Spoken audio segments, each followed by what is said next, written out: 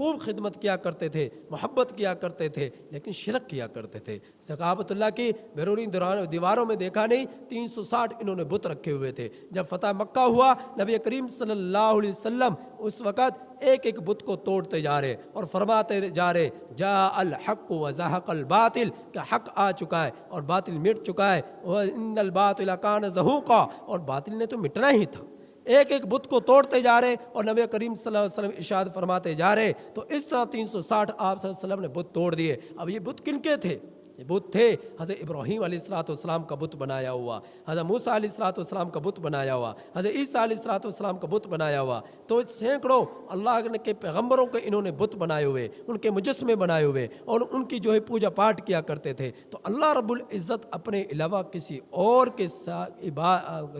اپنی خدائی میں کسی اور کی شرکت کو برداشت نہیں کرتا، اب چاہے وہ اللہ کا پیغمبر ہی کیوں نہ ہو، اللہ کا پیغمبر ہی کیوں نہ ہو۔ لیکن اللہ کے پیغمبر تو ہمیشہ توحید کی دعوت دینے والے تھے، ایک اللہ کی طرف بلانے والے تھے، شرک سے منع کرنے والے تھے۔ لیکن ان لوگوں نے اللہ کے ولیوں کو بھی نہ چھوڑا، اللہ کے پیغمبروں کو بھی نہ چھوڑا۔ جس طرح کہ آج بھی آپ دیکھیں گے بہت سارے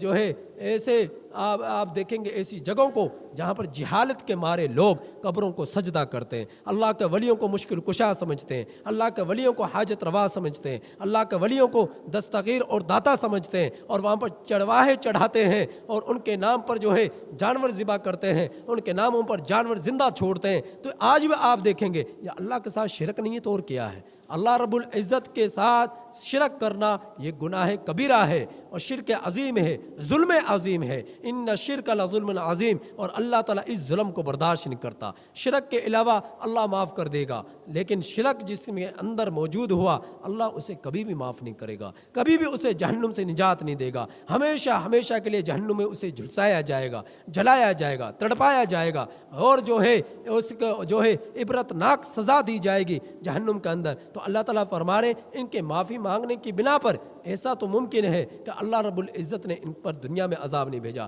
لیکن آخرت کے عذاب سے ان کی اپنے کفر کی بنا پر، شرک کی بنا پر کبھی بھی بچ نہ سکیں گے، کبھی بھی نجات نہ حاصل کر سکیں گے۔ تو ان آیات کریمہ میں جو آپ حضرات نے باتیں سنی یہ سب برحق ہیں، سب سچ ہیں، اور 1400 سال پہلے یہ سب کچھ ہو چکا ہے، اور یہ قرآن آج بھی ہمارے سامنے یوں ہی موجود ہے جس طرح کہ آپ صلی اللہ علیہ وسلم پر اترا تھا، جس طرح کہ اللہ کے رسول صلی اللہ علیہ وسلم پر نازل ہوا تھا۔ اور یہ اس کی شیرینی، اس کی مٹھاس، اس کی برکات، اس کی عظمت، اس کی رفعت آج ہمارے دلوں میں نہیں ہے، اس لیے ہم اس کی تلاوتیں نہیں کر پاتے، اس لیے ہم اس سے دور بھاگ رہے ہیں، اس لیے ہم اس کی تعلیمات پر عمل نہیں کرتے، اس کی عظمت کو دل میں نہیں بٹھاتے کہ جو ہے کئی دن گزر جاتے ہیں ہماری الماری میں قرآن یوں ہی سجے رہتے ہیں، لیکن ہم ان کو دیکھنا تک گوارا نہیں کرتے، کھولنا تک گوارا نہیں کرتے۔ یہ کیا ہے؟ یہ اللہ کا کلام ہے، اس کی قدر جب تک نہیں کریں گے اس وقت ہماری زندگیوں میں سکون نہیں آئے گا۔ یہ برکتوں کا ذریعہ ہے، رحمتوں کا ذریعہ ہے، بخشش کا ذریعہ ہے، اور جو ہے درجات میں